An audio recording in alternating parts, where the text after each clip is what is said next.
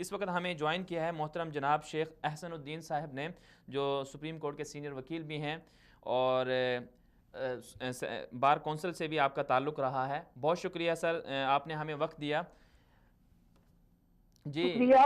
शुक्रिया सर। जी सर, आप क्या समझते हैं कि हमारे माशरे में जो जाली पुलिस मुकाबलों का एक ट्रेंड चल निकला है और हालिया दिनों में कराची के अंदर बहुत से लोग जो हैं वो पुलिस मुकाबलों की नज़र हो गए हैं।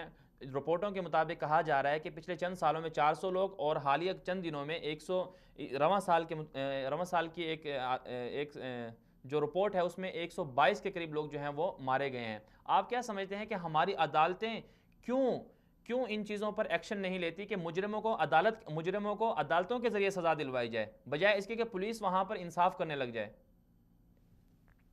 देखिए, मैं समझता हूँ कि आपने एक बहुत बड़ा ह्यूमन राइट्स के हवाले से इशू उठाया है जी और इस चीज की जरूरत थी कि इस पर कोई किसी कार्नर से, किसी गोशे से, किसी फोरम से ये आवाज उठाई जाती।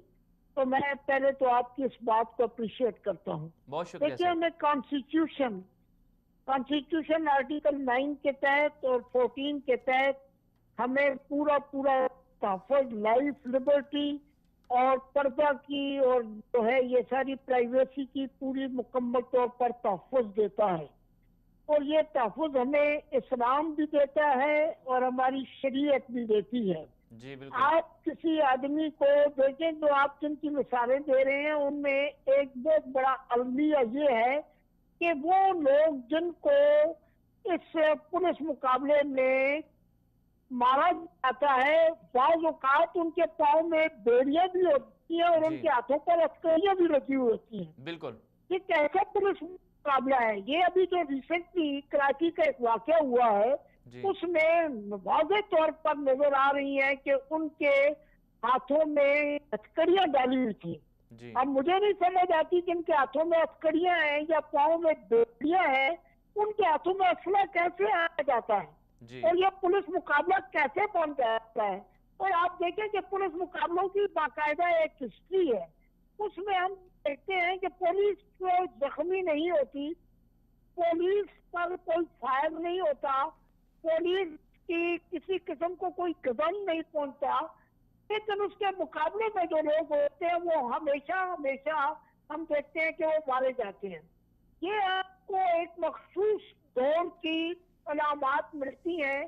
पंजाब में तो जब भी ये मियां नवाज शरीफ साहब का दौर आता है तो उसमें आप बेशक पुराने वो निकाल लें फिगर, इस किस्म के मुकाबलों की तादाद इतनी ज्यादा हो जाती है कि जैसे पता चलता है कि ये स्टेट टेररिज्म है। ये जी स्टेट की तरफ से एक किस्म का जो है तशद्दुद किया जाता है और इसको किसी सूरत में भी हम काबिल माफी नहीं समझते हैं। और इस पर कोई मुल्क के अंदर या आप इसको जुडिशरी को नोटिस लेना चाहिए और इन पुलिस मुकाबले पर पास आप जो कमीशन बनते हैं जी वो एक वन मैन कमीशन बनता है, उसी एक वाक्य की हद तक होती है, जुडिशियल इंक्वायरी हो जाती है, लेकिन कोई उसमें से ठोस चीज उभरती नहीं है। अच्छा अच्छा इश्तेहार सर, आपका शरीफ आपका होते जी हैं, जी सर, आपका ताल्लुक चूंकि सुप्रीम कोर्ट से है, आप क्या समझते हैं कि अदालतें अज खुद इस पर नोटिस क्यों नहीं लेते? अगर देखें आप, जितने भी हमारे सियासी केसेस होते हैं उनको फौरन सुन लिया जाता है, उस पर फैसले भी हो जाते हैं, लेकिन मजलूमों को मार दिया जाता है, उस पर अदालतें एक्शन नहीं लेती। अगर लेती हैं तो साल हा साल उस पर लग जाते हैं, मजलूमों को इंसाफ नहीं मिल पाता।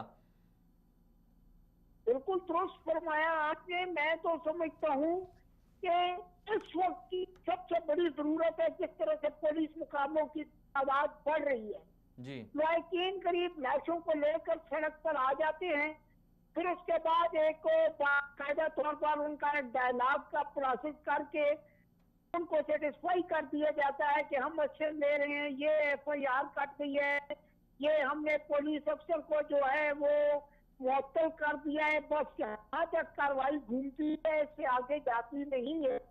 और ये एक बहुत बड़ा अलमिया है। मैं समझता हूँ कि इसका मुल्क का एक बहुत बड़ा कमीशन बनना चाहिए जी और सुप्रीम कोर्ट को बिल्कुल नोटिस लेना चाहिए। अब जबकि सुप्रीम कोर्ट के अंदर एक दफा फिर जुडिशियल एक्टिविज्म आ रहा है और हम कहते हैं कि रूल ऑफ लॉ रहा है। कानून के सामने सारे लोग जो हैं वो बराबर हैं। अभी रिसेंटली के सुप्रीम कोर्ट ने फैसले दिए हैं, उनमें कुछ मिसालें भी कायम हुई हैं। तो ये इससे नीय की तरफ और इससे वन राइट की खुली खिलाफवर्जी की तरफ हमें कोई न कोई स्टेप लेना पड़ेगा। नहीं तो हम वाकई जिस तरह तारीख में मामला पर मुजरिम है, हम भी मुल्ज़िम ठहराए जाएंगे।